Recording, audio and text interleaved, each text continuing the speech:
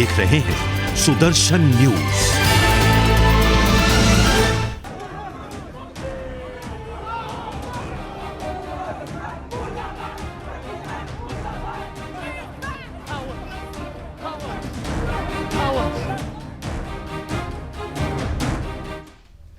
सीमा के भीतर या सीमा के बाहर, हिंदू निशाने पर हर बार। नमस्कार, आपके साथ मैं हूं लावनी विनीत और बहुत विशेष प्रस्तुति के साथ आपके बीच उपस्थित हूं। जिस तरीके की परिस्थिति हिंदुओं के लिए दुनिया भर में बन रही है, इसके बाद तो ये सवाल पूछना, ये सवाल उठाना लाजमी हो जाता है, स्वाभाविक हो जाता है कि चाहे हम देश के अंदर देख लें या फिर देश के बाहर देख लें, सीमा के अंदर देख लें या सीमा के बाहर देख लें, हिंदुओं को निशाना बनाया जा रहा है, हिंदुत्व को निशाना बनाया जा रहा है। न केवल नफरती बयान अब बोले जाते हैं, न केवल भड़काऊ बयान दिए जाते हैं, बल्कि अब तो हिंदुओं की हत्या तक होती है, मारपीट की जाती है, भगवा को अपमानित किया जाता है, उसे फाड़ा जाता है। और ये सब कुछ हमें बताता है कि दुनिया भर में हिंदू निशाने पर आ चुके हैं।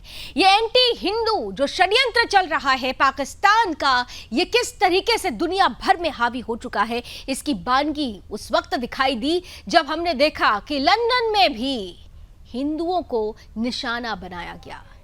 निशाना इसलिए बनाया गया क्योंकि मैच भारत पाकिस्तान के बीच था। पाकिस्तान हार जाता है, भारत जीत जाता है, पाकिस्तान के लोगों को यह पसंद नहीं आता है और पाकिस्तान समर्थित मूल के लोग हिंदुओं पर टूट पड़ते हैं। यह सिलसिला 28 अगस्त से शुरू होता है, लेकिन सिलसिला बदस्तूर निरंतर जारी रहता है। लेस्टर में जो कुछ भी हुआ, इसके बाद यह पूछा जा रहा है कि क्या हिंदू दुनिया भर में षड्यंत्र का शिकार हो रहे हैं, और सवाल हिंदुओं से भी पूछा जा रहा है कि आखिर ऐसे हमला करने वाले निरंतर मजबूत क्यों हो रहे हैं और हिंदू कमजोर क्यों पड़ रहा है। आज इस मसले पर सवाल होंगे और सवालों का जवाब देने के लिए हमारे साथ 7 समंदर पार से एक बहुत विशेष अतिथि भी जुड़ेंगे। मैं उनसे आपका परिचय कराऊं, लेकिन उससे पहले आपके सामने वो रिपोर्ट रखना चाहती हूं जो साफ साफ ये बता रहा है कि हिंदुओं को अब जागना होगा, क्योंकि दुनिया भर में हिंदू टारगेट पर हैं।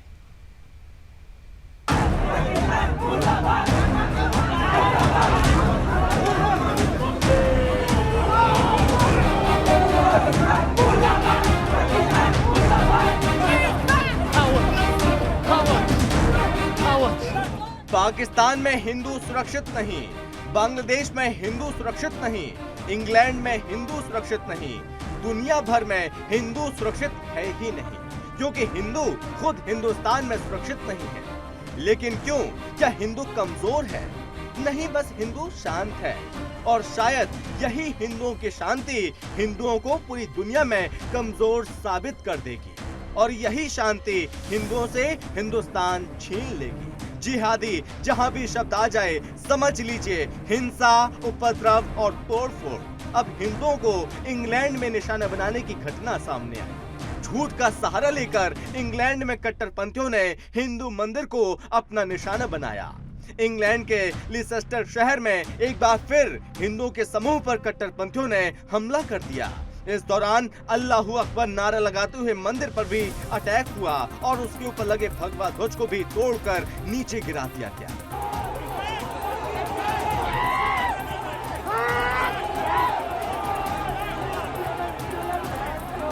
घटना के विरोध में हिंदू ने जय श्री राम के नारे लगाए। कट्टरपंथी भीड़ इतनी बेकाबू थी कि पुलिस ने जब उपद्रवियों को रोकने की कोशिश की तो उन पर भी कांच की बोतलें फेंकना शुरू कर दिया, लाठी और डंडे घुमाना शुरू कर दिया।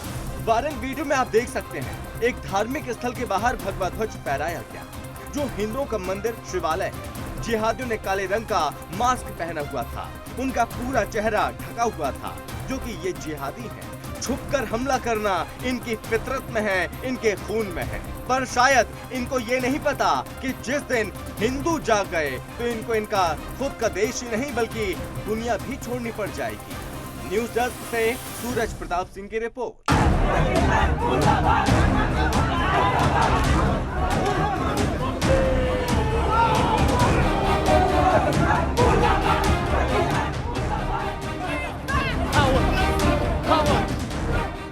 से लेकर लंदन तक हिंदू निशाने पर है और ऐसे में चंद सवाल हैं जो दुनिया के सामने हम रखना चाहते हैं और इन सवालों का जवाब ढूंढने की जिम्मेदारी अब हर किसी की होनी चाहिए। खास तौर से जो सोया हुआ हिंदू है उसे जागने की जरूरत है। सवाल है कि हिंदुओं के खिलाफ इंटरनेशनल साजिश क्या रची जा रही है। दुनिया भर में हिंदुओं के कितने दुश्मन हैं, अब इसकी स्क्रूटनी करनी होगी। दुनिया भर में क्या पाक का एंटी हिंदू प्लान लागू हो चुका है?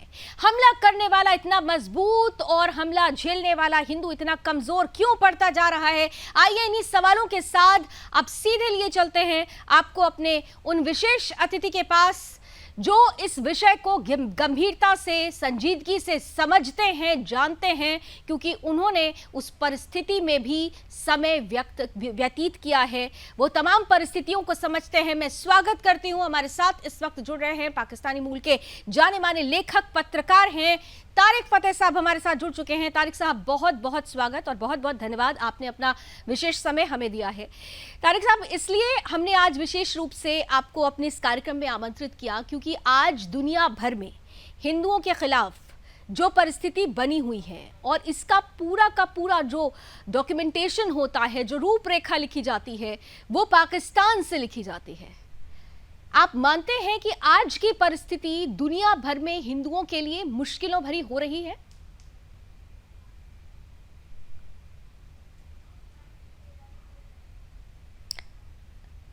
तारिक फतेह साहब, क्या आप मुझे सुन पा रहे हैं?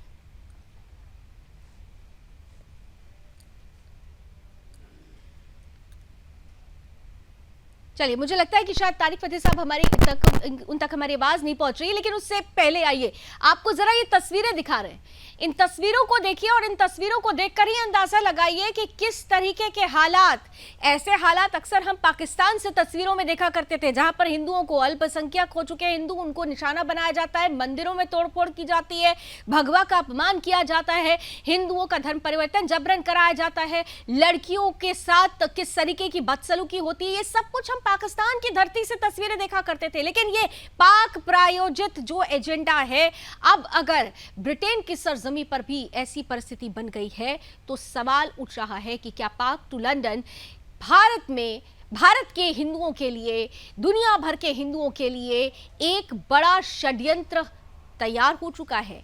ये एंटी हिंदू प्लान ये पूरी तरीके से क्या दुनिया भर में लागू हो चुका है? क्योंकि बात छोटी सी, मामूली सी थी।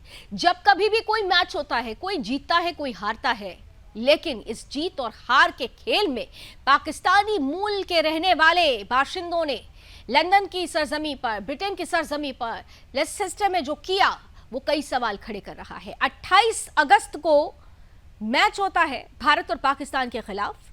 पाकिस्तान की हार होती है, भारत की जीत होती है और इसके बाद पाकिस्तानी मूल के लोग जो समर्थक थे पाकिस्तान के, वो इतने आक्रोशित हो जाते हैं कि पहले न केवल हिंदुओं के घरों में तोड़फोड़ की जाती है, उनके साथ मारपीट की जाती है, बुरी तरीके से लाठी डंडे तक चढ़ जाते हैं। दूसरी तरफ आप देखिए, यही हालात 6 सितंबर को बनते हैं और कुछ ऐसे ही हालात एक बार फिर से उस वक्त बन जाते हैं जब मंदिर पर लहरता हुआ ध्वज, भगवा ध्वज, उसे उखाड़ फेंका जाता है और वहां पर उपस्थित हिंदू अगर इसका विरोध करते हैं तो उनके साथ मारपीट की जाती है, उनके साथ वो सब कुछ किया जाता है जो पाकिस्तान की सरजमी पर अल्पसंख्यक हिंदुओं के साथ होता हुआ नजर आता है। इन सब के बीच सवाल यह भी उठता है कि जो परिस्थितियां लंदन में बन रही है, जो परिस्थितियां यहां लिस्ट में बन रही है, वो परिस्थितियां हम बांग्लादेश में भी देख रहे हैं, वैसी ही परिस्थितियां हम नेपाल से भी देखते हैं, वैसी ही परिस्थितियां हम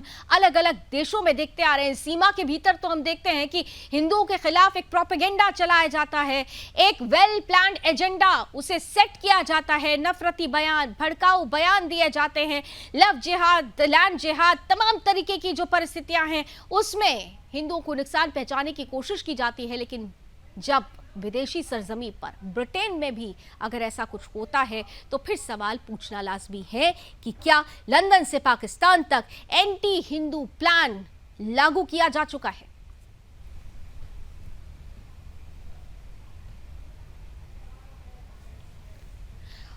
और आइए, तारिक फतेह साहब हमारे साथ इस वक्त जुड़े हुए हैं। तारिक साहब, सबसे पहले क्या आप मुझे सुन पा रहे हैं? आवाज आ रही है? जी जी, बहुत बहुत धन्यवाद और एक बार फिर से आपका बहुत बहुत स्वागत। आपने विशेष रूप से हमारे लिए समय निकाला।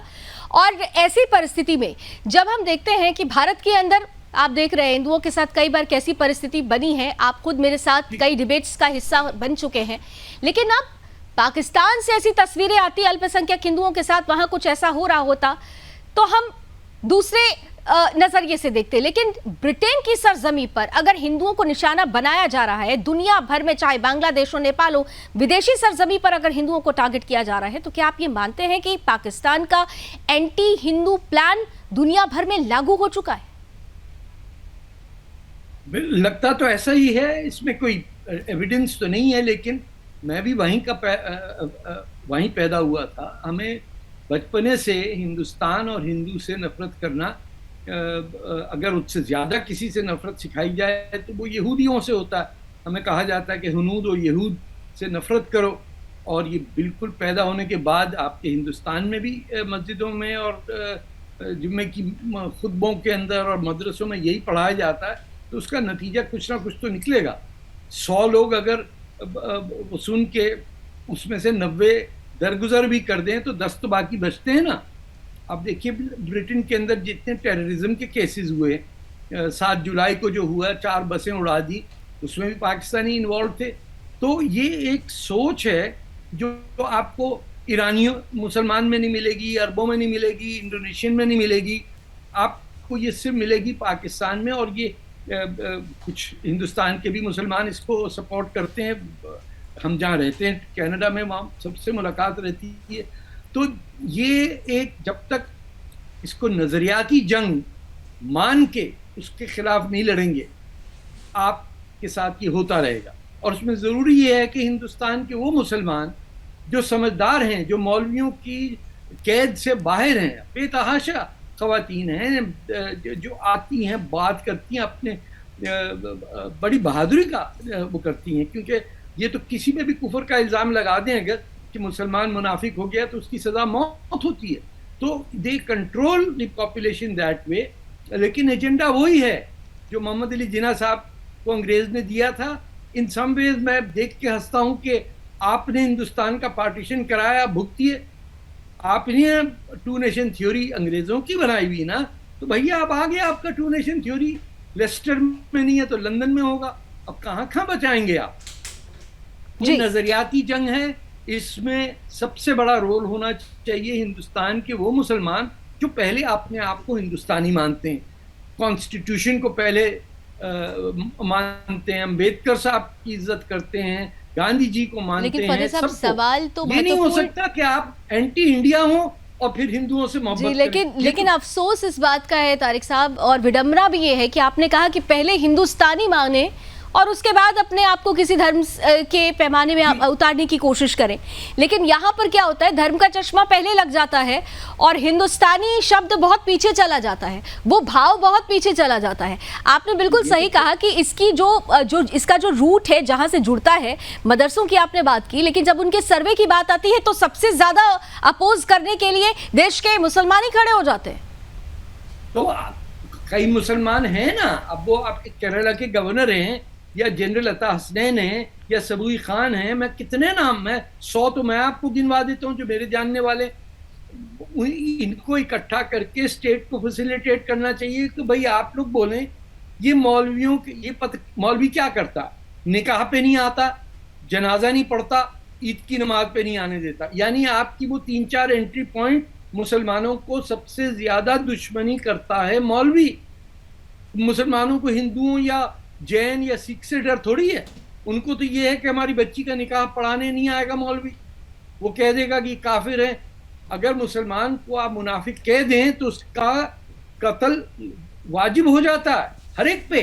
सो we are in that predicament कि अंग्रेज बना के छोड़ के चला गया, पार्टीशन 2 नेशन थ्योरी बना दी, लोग हम एक थे, हमें काट के 2 बना दिया। अब वो जाके वहाँ इंग्लैंड में कर रहे हैं कि ये लेस्टर के अंदर यानी भगवा जो है झंडा, उसको फाड़ के रहे।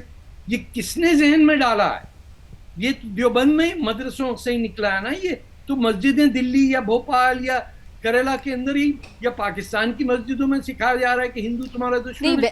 अब तो वेस्टर्न सरजमी पर भी जितने भी वेस्टर्न मॉस्क हैं, जैसा कि इस पूरी परिस्थिति में भी आप जैसे जो विद्वान हैं और बहुत सारे ऐसी प्रतिक्रियाएं आ रही हैं इंटेलेक्चुअल्स की तरफ से कि वेस्टर्न मॉस्क में भी तकरीरें केवल शुक्रवार के दिन नहीं, ऐसे भी तकरीरें होती हैं कि गजवाए हिंद को इस्टेब्लिश करना है और उसका नतीजा ही दुनिया भर में झेला जा रहा है, हिंदू झेल रहा है।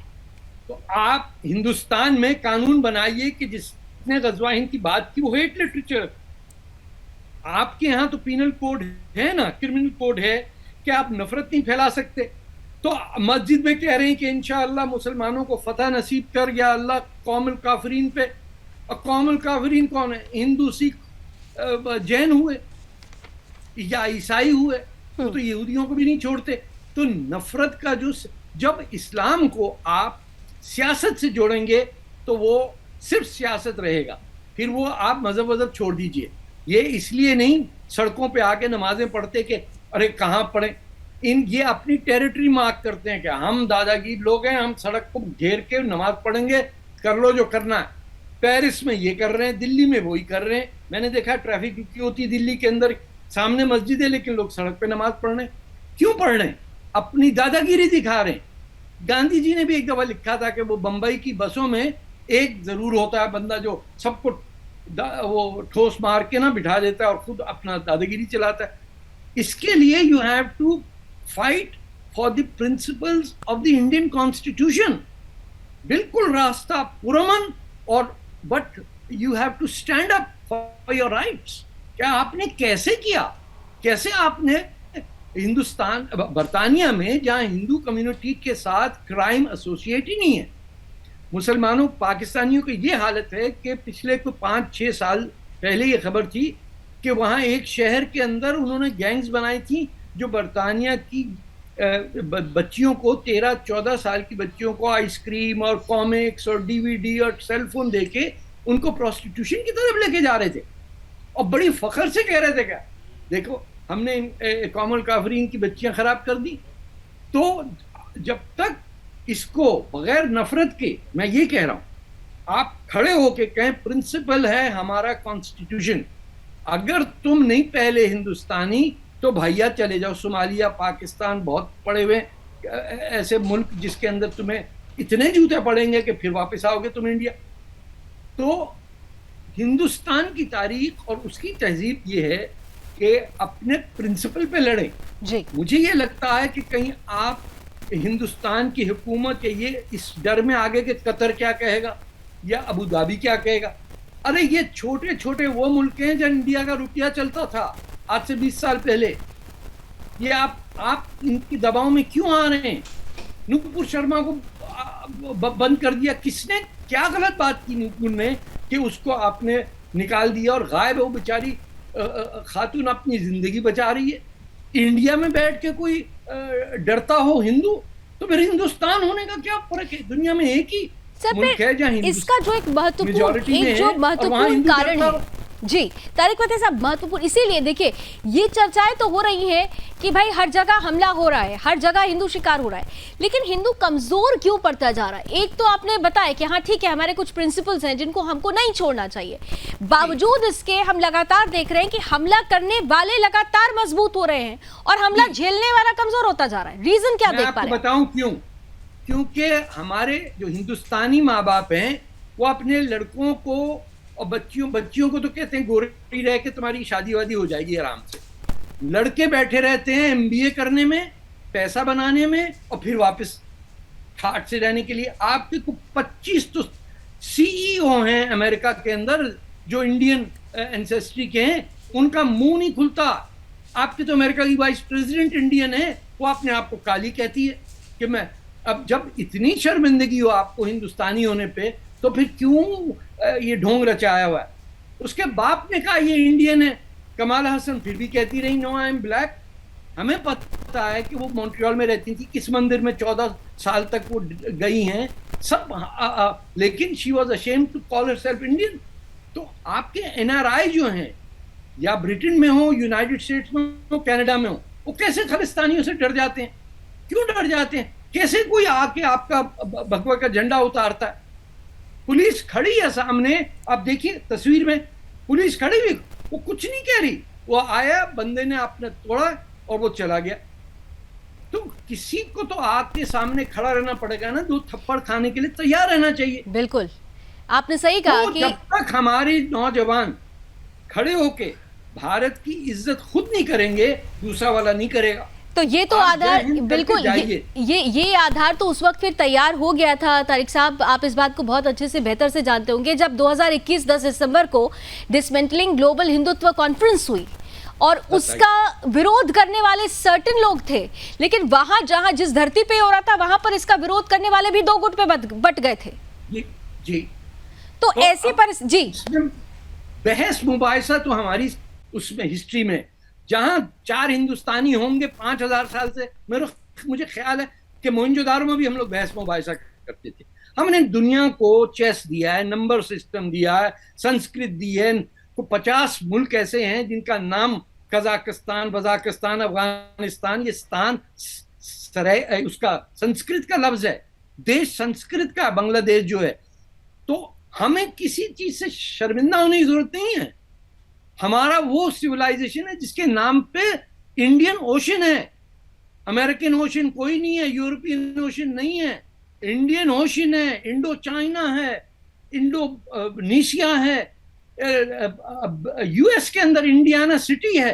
दुनिया भर में लफ्ज हिंद और इंडिया हर जगह है। इसमें हमें किस बात का जाके एक थप्पड़ मैं लगाता, मैं होता ना वहां, इस झंडे वाले को मैं थप्पड़ मार के आता। ये क्या बात है? आप जाके किसी का झंडा उतार के मजाक कर रहे हैं। ये हिम्मत तारिक तो फतेह गुस्सा साहब आना कर चाहिए सकते हैं। ये हिम्मत तारिक फतेह साहब कर सकते हैं क्योंकि वो अपने प्रिंसिपल्स को लेकर स्पष्ट है। लेकिन अफसोस के साथ कहना पड़ता है कि हमारे देश के अंदर भी कुछ ऐसी राजनीतिक पार्टियां हैं और राजनीतिक चेहरे हैं जिनके लिए प्रिंसिपल वर्ड सिर्फ निज स्वार्थ से जुड़ा हुआ है। चलते चलते एक आखिर संदेश, क्योंकि ये संदेश बहुत महत्वपूर्ण होगा हिंदुस्तान में बैठे उन मुसलमानों के लिए जो निरंतर हिंदुओं के लिए खतरा बनते जा रहे हैं।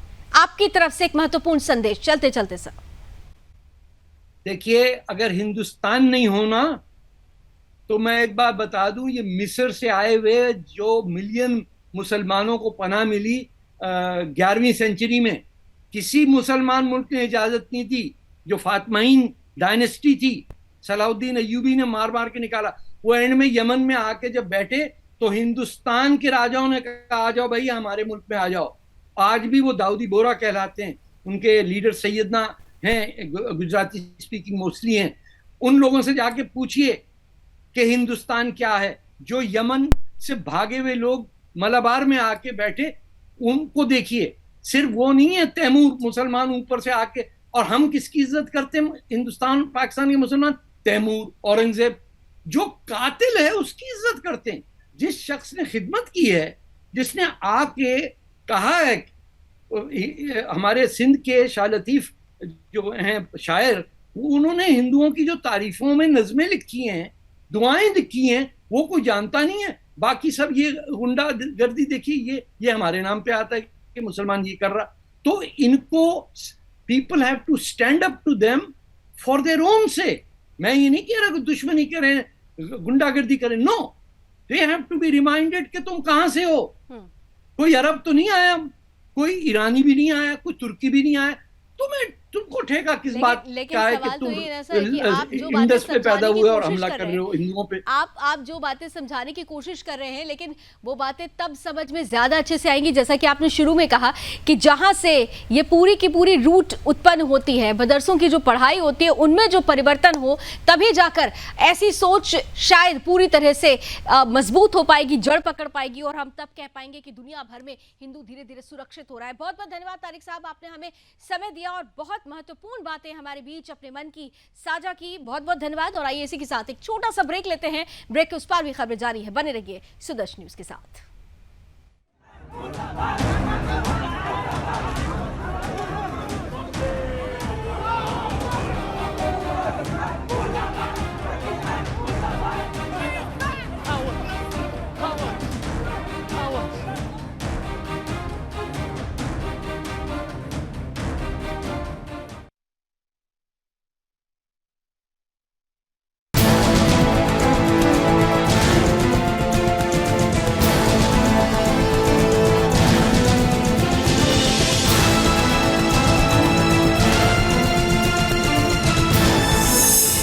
देख रहे हैं सुदर्शन न्यूज।